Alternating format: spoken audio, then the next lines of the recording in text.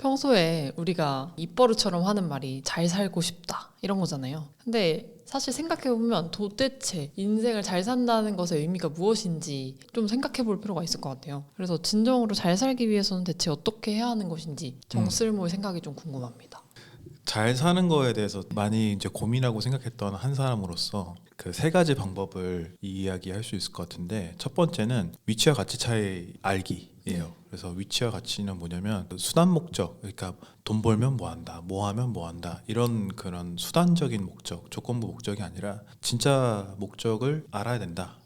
이게 저는 그 블루프린트 네. 우리 같이 했잖아요. 네. 라이프 블루프린트라고 이제 부르고 있는데, 비셴 라키아니라고 있어요. 그분이 만든 기법이고, 경험, 성장, 공헌, 커다랗게 세 가지의 기둥으로 나눠서 주제 안에서 이제 또 네 가지로 이제 주제를 나누는데, 경험 같은 경우는 애정관계, 모험, 우정, 그리고 환경 이렇게 나누고, 성장은 건강과 체력, 그리고 지적인 삶, 그리고 기술, 영적인 삶 이렇게 나누고, 공헌에서는 일, 창조활동, 가족, 공동체 생활 이렇게 나누거든요. 그래서 총 12가지의 주제를 네. 다 어떤 삶을 살고 싶은가에 대해서 이렇게 막 그 써본 이야기를 좀 해볼까? 네네네. 라이프 블루프린트라는 거를 처음 일단 딱 그 이름을 듣고는 뭐가 이렇게 거창한가라고 생각을 하고 그때 쓰기 시작했는데, 방금 말한 12가지의 카테고리가 사실 모두에게 되게 의미 있는 건 아닐 수 있잖아요. 가령 뭐 공동체 생활 이런 거 들었을 때 아무런 생각도 안 드시는 분도 있을 텐데, 그 자기 나름의 공동체가 있을 거예요. 그래서 뭐 저한테는 그 공동체가 회사 사람들이 될 수도 있고,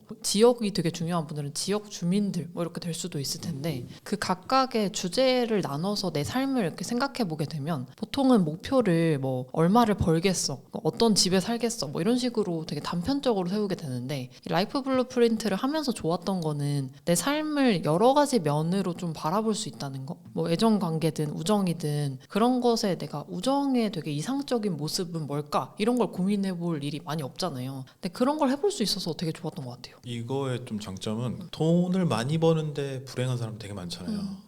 친구는 많은데 돈을 못 버는 사람도 많고, 뭐 이런 것처럼 그 인생의 밸런스가 되게 중요한데, 건강한데 지적인 삶을 못 살거나 뭐 이렇게 밸런스를 깨는 삶을 사는 거는 행복에서 좀 멀어지는 삶 같아. 현재 내 위치가 어디고 내가 어떤 밸런스를 가지고 살고 싶은가를 아는 계기가 되어주는 도구인 것 같아. 말씀하신 것처럼 저는 그 라이프 블루프린트가 밸런스를 찾게 도와주고 나한테 균형이 어떤 의미인지, 그러니까 나의 균형을 정의하게 해주는 도구였던 것 같아요. 사람마다 사실 균형점이 다 다를 수밖에 없고 어떤 가치를 두고 살아가는지는 다를 수밖에 없는데, 뭐 인스타나 뭐 SNS만 보다 보면 되게 비슷한 삶을 추구하게 되기가 쉽잖아요. 근데 그런 거에서 벗어나서 정말 내가 원하는 지향점을 좀 찍게 도와주는 도구라고 생각을 했습니다. 이거를 할 때 가장 중요한 팁인데, 이 목표를 달성하면 나는 뭐뭐를 할 수 있을 것이다를 한 5번 이상 계속 반복해가지고 몇 번 이제 필터링을 거치면은 정제된 어떤 그 본질적인 목표가 나오는데, 이거를 찾아내야 된다라는 거. 맞아요. 그래서 저희 둘이 막 얘기를 나누기도 했던 집사부일체에서 박진영이 나와서 했던 그 되게 유명한 영상이 있는데, I want to be가 아니라 I want to live for 이었나? 그런 식으로 생각을 해보는 것도 라이프 블루프린트를 작성할 때 되게 도움이 되는 방법인 것 같아요. 맞아. 그리고 두 번째 도구는 말하기입니다. 언어가 되게 중요해요. 삶에 언어가 어떻게 영향을 미치는가로 보면은, 인간이 이렇게 사회적 동물이잖아요. 네. 그래서 소통을 하면서 살고 말을 서로 주고받으면서 사람의 생각과 이런 것들을 쉐이핑을 해요. 그래서 정체성이 만들어지고, 그래서 말하는 습관이 어떻게 보면 생각의 길을 만들고, 또 생각의 어떤 길이 그 만들어진 채로 그 행동을 하면서 반복되면 습관이 되고, 그게 라이프 스타일이 되고, 이제 라이프 스타일이 가치관을 만들고 계속 이제 쌓여가잖아요. 맞아요. 그래서 말을 어떻게 하냐, 죽을 것 같아 보다 이래가지고 나는 이렇게 해서 성장할 거야 라고 얘기하는 게 완전 다르잖아요. 나미비아에 그 힌마 부족이 있대요. 이런 연구를 했는데, 힌마 부족이 녹색 관련 색 이름을 네. 되게 많이 갖고 있대. 근데 파란색이 없대요. 파란색이란 단어가 없는 파란색에는 단어가 없는 거예요. 그래서 그걸 두고 어떤 테스트를 했냐면, 2가지 컬러 팔레트를 준비했는데, 하나는 파란색이 끼어있는 녹색들을 네. 넣고, 그리고 또 하나는 녹색만 있는데 하나만 미세하게 구분하지 못할 정도로 미세하게 밝은 녹색을 넣었어. 근데 그거는 이제 힌바 부족이 되게 빨리 알아차렸는데, 파란색이 있는 거는 되게 헷갈려하면서 결국에는 다른 녹색을 고르거나 뭐 그랬대요. 그래서 그게 무슨 의미를 가지고 있느냐로 보면 언어가 없으면은 인지가 안 되는 거예요. 그만큼 언어가 되게 중요하다 말하기가. 그걸 얘기해주고 싶었습니다. 이건 다시 들어도 너무 신기한 것 같은 게 사실 우리는 명백하게 딱 파란색과 초록색을 구분할 수 있잖아요. 생각해보면 굉장히 말이 되는 게 우리도 신조어 같은 게 생겨났잖아요. 가령 힙하다라는 단어가 있기 전에는 힙한 공간, 뭐 힙한 사람 이런 걸 볼 때 그렇게 지칭하지 않았고 그렇게 보지도 않았었는데 그 단어가 생김으로써 사람들이 되게 힙하다는 걸 어디든 갖다 붙이고 그게 무엇인지를 이제 공통적인 그 인상을 가지고 사는 것처럼 똑같은 것 같아요. 그래서 어떤 단어가 생기고 안 생기고의 중요성도 있고 사람을 봤을 때 어떤 단어를 쓰는지에 따라서 이 사람의 뭔가 일상 같은 게 좀 그려지기도 하는 그런 게 있는 것 같아요. 그 뇌 안에 그게 있대요. RAS라고 Reticular Activating System이라고 불리는 건데 망상 활성계인가? 아마 그럴 거야.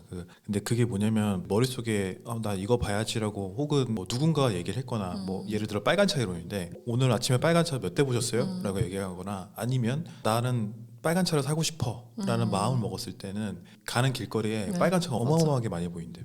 근데 평상시엔 잘 안 보여. 맞아. 그처럼 그 내가 관심을 갖는 거는 자주 보이고 파법이 되거든요. 망상 활성계 얘기를 들으니 좀 생각이 나는 게 그 우리가 되게 빨간 차를 생각하면 빨간 차가 보이는 것처럼 단어도 좀 비슷한 것 같아요. 고즈넉하다라는 단어를 알게 된 후로는 어떤 분위기를 봤을 때 고즈넉하다라는 분위기가 잘 어울리면 그게 떠오르고 또 고즈넉한 풍경들로 뭐 여행 가고 싶다 그러니까 이런 생각을 좀 자연스럽게 연상작용을 하는 것처럼 내가 가지고 있는 글뭉치에 따라서 영위할 수 있는 일상도 좀 달라지긴 하는 것 같아요.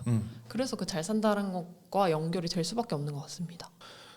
마지막으로 세 번째 선택권 관련된 건데 사회와 조직으로 보면 심지어 부모님으로부터 자기 선택권을 뺏긴 이들이 되게 많아요. 부모님들이 막 이래라 저래라 이런 것들 그대로 따라가지고 이제 사는 친구들이 되게 많은데 이게 자연스러운 경우도 많지만 좀 당장 좀 단기적으로 마음이 편해서 타인한테 내 인생 그냥 네가 좀 뭐 어떻게 할까라고 그냥 맡기는 것 같은 네. 느낌이거든요. 그래서 나의 인생의 선택권을 맡긴 선택을 한 거기 때문에 그것도 책임을 져야 돼요. 그래서 이거를 되게 중요하게 생각해야 된다. 선택들이 모여서 인생의 어떤 형태를 만들잖아요. 그래서 주체적으로 선택하는 삶을 살아라. 살아야 한다.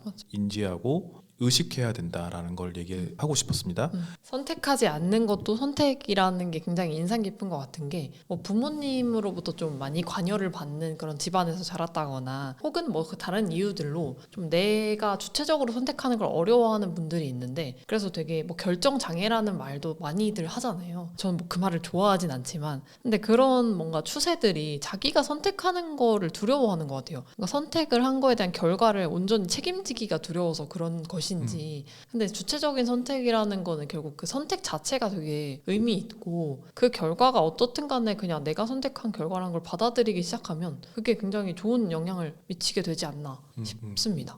우리 뭐 먹을래? 뭐 먹고 싶어요? 네. 아무거나라고 얘기하는 사람 맞아요. 있잖아요. 근데 그것도 보면 그러고 아무거나라고 해가지고 막 골랐어. 갔는데 뭐 꿍시렁꿍시렁 돼.